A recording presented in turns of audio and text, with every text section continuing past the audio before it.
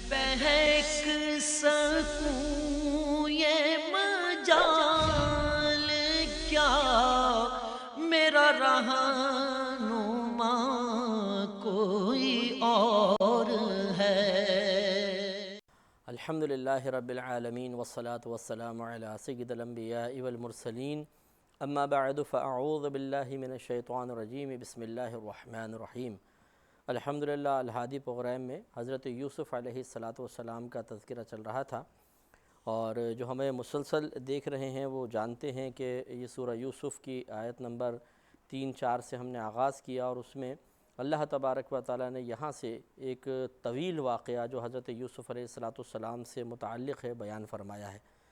جس کا پھر خلاصہ میں عرض کر دیتا ہوں۔ میں وقتاً فوقتاً عرض کر دیتا ہوں تاکہ نئے جوائن کرنے والے اجنبیت محسوس نہ کریں، اور پیچھے سے جو کچھ گزر چکا ہے ان کا ربط بھی قائم ہو جائے، تاکہ آگے والی بات سمجھنے میں بھی آسانی ہو۔ کہ حضرت یعقوب علیہ السلام کی 3 ازواج تھیں، جن میں سے پہلی سے 6 بچے پیدا ہوئے، دوسرے سے 4 لڑکے تھے، اور تیسری سے 2 تھے، اور یہ آخری جو تھے حضرت یوسف علیہ السلام اور ان کے بھائی بنیامین تھے۔ یہ آپس میں سگے تھے، باقی سب ستیلے بھائی تھے، اور یوسف علیہ السلام کی والدہ بچپن میں چونکہ انتقال کر گئی تھیں، اس لیے یعقوب علیہ السلام کی توجہ آپ کی طرف کچھ زیادہ تھی۔ بھائیوں نے اس سے کچھ جیلسی محسوس کی، اور انہوں نے منصوبہ بنایا کہ یوسف علیہ السلام کو والد صاحب سے دور کیا جائے۔ تو انہوں نے آپ کو ایک دن یعقوب علیہ السلام سے پوچھا کہ ہم ان کو کھیلنے کے لیے لے جانا چاہتے ہیں۔ آپ نے منع بھی کیا، لیکن بہرحال وہ لے گئے، اور یوسف علیہ السلام کو ایک کنویں میں ڈال دیا۔ وہاں سے ایک مصر کا قافلہ گزرا، انہوں نے یوسف علیہ السلام کو کنویں سے باہر نکال لیا۔ بھائیوں کو پتہ چلا کہ یوسف علیہ السلام باہر نکال لیے گئے ہیں، تو انہوں نے 20 دراہم میں اپنے بھائی کا سودا کر دیا، یہ کہہ کر کہ یہ ہمارے غلام ہیں، تم ان کو لے جاؤ۔ یوسف علیہ السلام خوف کی وجہ سے خاموش رہے کہ ان کا فتنہ مجھ تک پہنچے گا۔ وہ آپ کو بازار مصر میں لے گیا، اور وہاں پر اس نے آپ کو بیچنا چاہا۔ تو اس وقت کے بادشاہ کا وزیر جو تھا، جس کو عزیز مصر کہا جاتا تھا، اس نے جب یوسف علیہ السلام کو دیکھا تو وہ بہت خوش ہوا، کیونکہ آپ ذہین و فطین بھی نظر آ رہے تھے، اور خوبصورت تو بے انتہا تھے، اور اس نے آپ کے وزن کے برابر سونا، وزن کے برابر چاندی، اتنا ہی ریشم اور کچھ اور چیزیں بھی دے کر آپ کو خرید لیا، گھر لے گیا۔ اس وقت حضرت یوسف علیہ السلام کی عمر مبارکہ ایک روایت کے مطابق 13 سال، ایک روایت کے مطابق 17 سال تھی۔ تو اس کی زوجہ زلیخا تھیں، وہ بھی ایک حسین خاتون تھیں، اور ان کے ہاں کوئی اولاد نہیں تھی۔ تو عزیز مصر نے زلیخا سے کہا کہ میں چاہتا ہوں کہ اس کو اپنے پاس رکھوں، اور اس کو ہم اپنی اولاد بنا لیں گے، اور پھر آئندہ چل کے جب تھوڑا بڑا ہو جائے گا تو دیگر کاموں میں اس سے نفع حاصل کریں گے۔ زلیخا بھی مان گئی، اور پھر حضرت یوسف علیہ السلام اس گھر میں گزارا فرماتے رہے، اس میں رہتے رہے، حتیٰ کہ آپ بڑے ہو گئے۔ بعض نے لکھا ہے کہ 20 سال کے ہو گئے، بعض نے کہا کہ 30 سال آپ کی عمر مبارکہ ہو گئی تھی۔ تو خوبصورتی تو پہلے ہی تھی، پھر جوانی اور آپ پر آئی، تو زلیخا کا دل آپ کی طرف مائل ہو گیا۔ تو اس کے محل کے 7 دروازے تھے، اس طرح 7 حصے تھے، جن میں ہر ایک حصے کے باہر ایک دروازہ تھا۔ یوسف علیہ السلام سب سے آخری حصے میں تھے، تو اس نے خوب بناؤ سنگار کیا، انہیں زلیخا نے، اور وہ تمام دروازوں کو تالے لگاتے ہوئی وہ اس آخری کمرے میں داخل ہوئی، اور آپ کو گناہ کی پیشکش کی۔ حضرت یوسف علیہ السلام نے بعطائے الہی الحمدللہ اس گناہ سے اپنے آپ کو بچایا، اور جب وہ زلیخا نے دست درازی کی کوشش کی، آگے بڑھنے کی کوشش کی، تو آپ وہاں سے بھاگے، اور یہ آپ کا ایک معجزہ تھا، اللہ تبارک و تعالی کی طرف سے بہت بڑا کرم تھا کہ جس دروازے کے پاس آپ پہنچتے تھے اس کا تالا خود بخود کھل جاتا تھا، اور وہ دروازہ بھی کھل جاتا۔ اب آگے آگے آپ تھے، اور پیچھے پیچھے زلیخا بھاگیں، اور انہوں نے آپ کے کرتے کو پکڑا، جس سے کرتا تھوڑا سا پھٹ گیا، لیکن آپ رکے نہیں، چلتے رہے، حتیٰ کہ جب 7ویں دروازے سے باہر نکلے تو سامنے عزیز مصر موجود تھا، یعنی زلیخا کا شوہر۔ تو اب یوسف علیہ السلام اچانک گھبرا گئے، تو زلیخا نے فوراً غلط بیانی سے کام لیتے ہوئے کہا کہ یہ وہ شخص ہے کہ تم نے اس کو گھر میں رکھا، اور اتنی اس کو سہارا دیا، اور یہ تمہارے اہل خانہ کی عزت پر ہاتھ ڈال رہا تھا۔ یوسف علیہ السلام نے جواب میں ارشاد فرمایا کہ یہ میرا قصور نہیں ہے، میں نے نہیں کیا بلکہ انہوں نے کیا ہے۔ عزیز مصر نے اس پہ دلیل طلب کی کہ کوئی دلیل پیش کریں، تو آپ نے زلیخا کے ماموں کا بیٹا تھا جو صرف اس وقت 4 ماہ کا تھا، آپ نے عزیز مصر سے کہا کہ تم اس 4 ماہ کے اس بچے سے پوچھ لو، یہ گواہی دے گا۔ اب وہ بہت چھوٹا سا بچہ تھا، عزیز مصر نے کہا 4 ماہ کا بچہ کیا گواہی دے گا، یہ تو بھی بول بھی نہیں سکتا۔ لیکن آپ نے فرمایا کہ تم اس سے معلوم کرو، یہ ضرور جواب دے گا۔ تو یہاں تک ہم پہنچے تھے، اس کو ذرا دیکھتے ہیں۔ تو اللہ تعالیٰ نے ارشاد فرمایا کہ وَاسْتَبَقَ الْبَابَ، اور وہ دونوں دروازے کی طرف دوڑے، وَقَدَّتْ قَمِيصَهُ مِن دُبُرٍ، اور عورت نے اس کا کرتا پیچھے سے چیر دیا،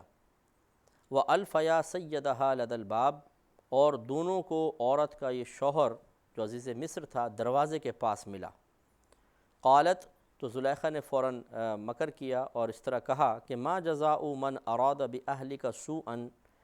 اس شخص کی کیا جزا ہے، کیا بدلہ ہوگا جو تیرے گھر والے سے برائی کا ارادہ کرے، الا ان یسجن او عذاب علیم، سوائے اس کے کہ یا تو اس کو قید میں ڈالا جائے اور یا اس کو دردناک سزا دی جائے، اس کو مارا پیٹا جائے۔ قالا، تو حضرت یوسف علیہ السلام نے ارشاد فرمایا، اب آپ نے بھی اپنی صفائی پیش کی کہ ہیا راودتنی عن نفسی، اس نے مجھے اپنے آپ سے لبھایا تاکہ میں اپنی حفاظت نہ کر سکوں، وشہد شاہد من اہلہا، اور عورت کے گھر والوں میں سے ایک گواہ نے گواہی دی۔ یہ وہی ہوا، بیچ میں ذکر نہیں کیا گیا کہ آپ نے ارشاد فرمایا بچے سے پوچھو، تو عزیز مصر نے اس بچے سے پوچھا آپ کے اصرار پر کہ اچھا بتاؤ کہ قصور کس کا ہے۔ تو اللہ تعالیٰ فرماتے اس بچے نے گواہی دی۔ کیا گواہی دی؟ کہ ان کان قمیصہ قد من قبل، کہ اگر ان کا کرتا آگے سے پھٹا ہوا ہے تو عورت، فصدقت، تو یہ عورت سچی ہے، وہو من الکاذبین، اور یہ یوسف علیہ السلام جھوٹوں میں سے ہیں۔ وَإِن كَانَ قَمِيصُهُ قُدَّ مِن دُبُرٍ، اور اگر ان کا کرتا پیچھے سے پھاڑا گیا ہے، فَكَذَبَتْ، تو پھر یہ تمہاری بیوی جھوٹی ہے، وَهُوَ مِنَ الصَّادِقِينَ، اور یہ یوسف علیہ السلام سچوں میں سے ہیں۔ اب آپ دیکھیے چھوٹا سا بچہ، ابھی وہ کلام بھی نہیں کرنے پہ قدرت رکھتا ہے، 4 ماہ کا بچہ کتنا چھوٹا سا ہوتا ہے، لیکن اللہ تبارک و تعالیٰ کی قدرت عظیمہ پہ قربان جائیے کہ اس سے ثابت ہوا کہ اللہ تعالیٰ چاہے تو جو کرنا چاہے وہ کر سکتا ہے۔ نہ صرف 4 ماہ کے بچے کو قوت گویائی عطا فرمائی، بلکہ ایک بہترین دلیل الہام فرما دی، اور وہ بچہ دلیل ذکر کر رہا ہے۔ آپ اندازہ کریں تو ہمارے رب کریم کے لیے کچھ بھی مشکل نہیں ہے۔ اس سے وہ بھائی بہن پھر دوبارہ ذرا درس حاصل کریں کہ جو اپنی مشکلات کے حل کے سلسلے میں جب دنیاوی ذرائع و اسباب بالکل ختم پاتے ہیں تو اللہ تعالیٰ کی ذات سے بھی مایوس ہو جاتے ہیں۔ گویا کہ ہمیں اللہ تعالیٰ کی ذات سے امید اس وقت قائم ہوتی ہے جب کوئی دنیاوی سہارا بھی نظر آ رہا ہو، ورنہ براہ راست اللہ تعالیٰ سے امیدیں قائم رکھنے کے لیے ہم تیار نہیں ہوتے۔ اگر کسی نے ہم سے وعدہ کیا ہے کہ ٹھیک ہے چلیں کل آ جانا، میں آپ کی کوئی نوکری کا کرتا ہوں، کل آ جانا میں تھوڑا سا آپ کو کام کروا دیتا ہوں، تو ہمیں ایک اللہ سے امید بندھ جاتی ہے، اور ہم اللہ کا شکر بھی ادا کر لیتے ہیں اور کہتے ہیں کہ اللہ نے کرم فرما دیا۔ حالانکہ ہماری توجہ حقیقتاً اللہ کی طرف نہیں ہوتی، اصل میں ان وعدوں پر ہوتی ہے، ان باتوں پر ہوتی ہے جو کسی مخلوق نے ہمارے ساتھ کی تھیں۔ یہی وجہ ہے کہ اگر ایسا کوئی بھی وعدہ وغیرہ نہ ہو، اب براہ راست چونکہ اللہ تعالیٰ کی ذات کی طرف توجہ کی ضرورت ہے اور اللہ پہ کامل توکل و بھروسے کا اظہار ہونا چاہیے، اس میں ہم چاروں شانے چیت ہو جاتے ہیں، اور بعض اوقات تو ہماری زبان سے نکلتا ہے یار کیسے ہمارا یہ کام ہوگا، کوئی ذریعہ نظر نہیں آ رہا ہے، کوئی اسباب نظر نہیں آ رہے، کوئی قرضہ دینے کے لیے تیار نہیں ہے، کیسے ہمارا کام ہوگا۔ تو اس کا مطلب یہی ہوا کہ ہمارا ایمان چونکہ بہت کمزور ہے، ہم ضعیف الایمان لوگ ہیں، اللہ تبارک و تعالیٰ کی قدرت عظیمہ پہ کوئی توجہ نہیں ہے، ان معمولی ذرائع پر ہماری توجہ ہے، حالانکہ یہ ذریعے کس نے قائم کیے ہیں؟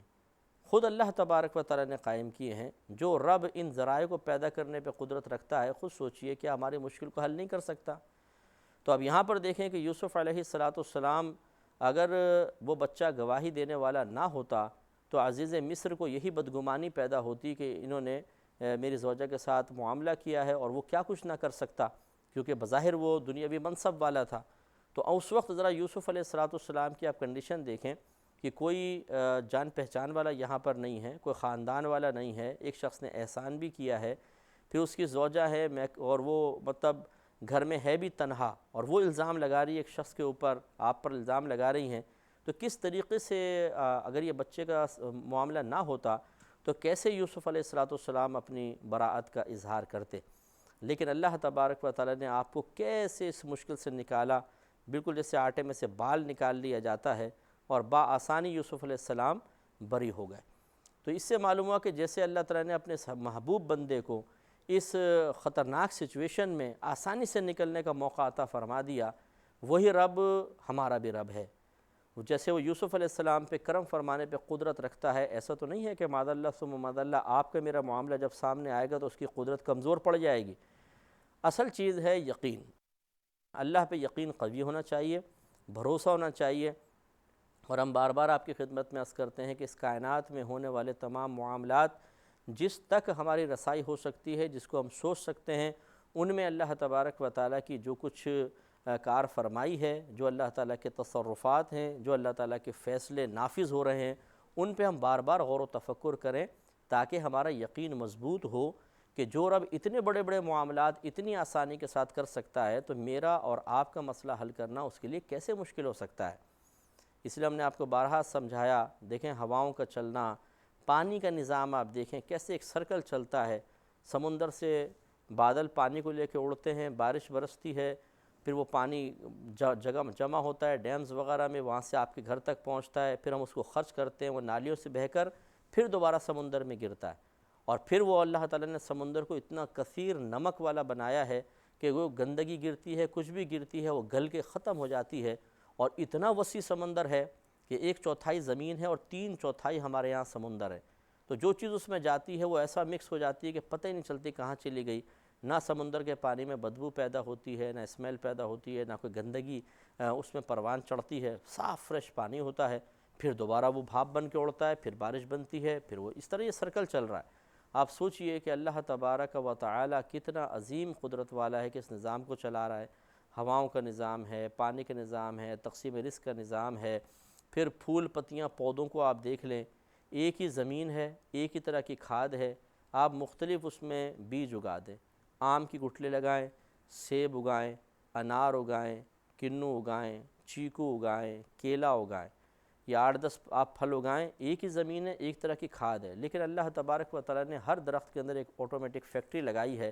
کیلے میں کیلے ہی نکلیں گے، آم میں آم نکلیں گے، انگور میں انگور لگیں گے، انار میں انار، امرود میں امرود۔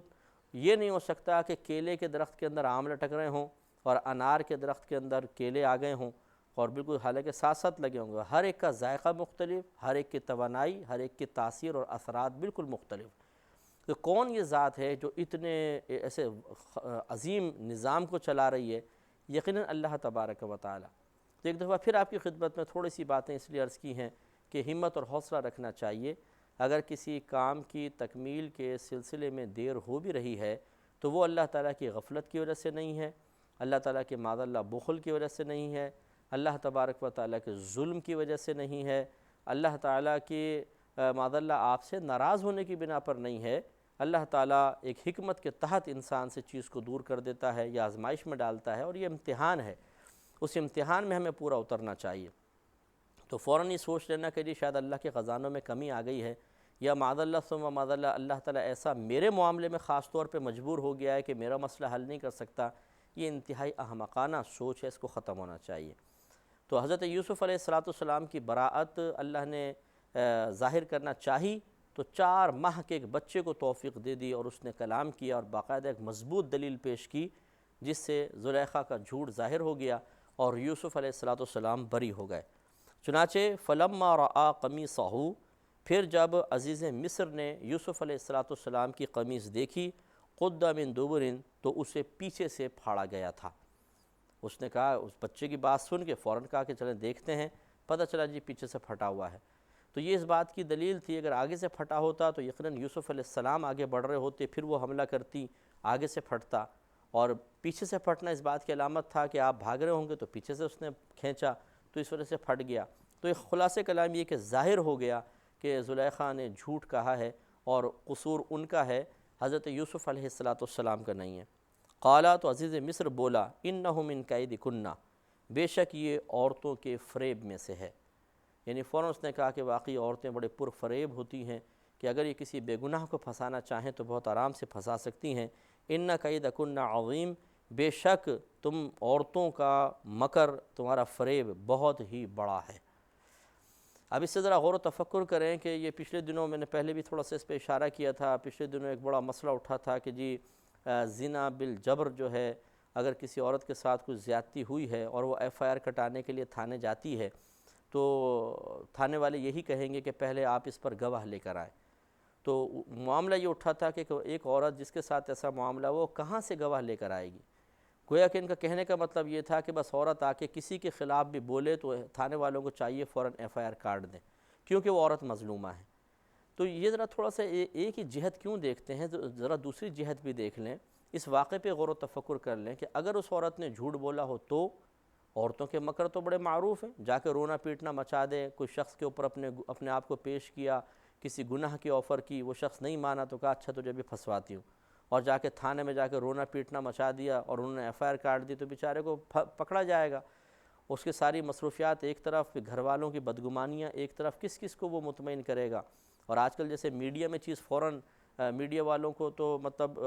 جو خبر والے ہوتے ہیں انہیں کوئی نہ کوئی چٹپٹی چیز چاہیے ہوتی ہے فوراً معاشرے کے سامنے لانے کے لیے، تو فوراً جی بریکنگ نیوز چل گئی. اب بیچارہ کہاں کہاں جائے گا، کس کس کو وہ جواب دہ ہوگا، اور اس طریقے سے ایک عورت جھوٹ بول کر ایک آدمی کو بہت بڑی مشکل میں پھنسوا سکتی ہے. تو لہٰذا جہاں عورت مظلومہ ہے وہیں پر عورت مکارہ بھی ہے.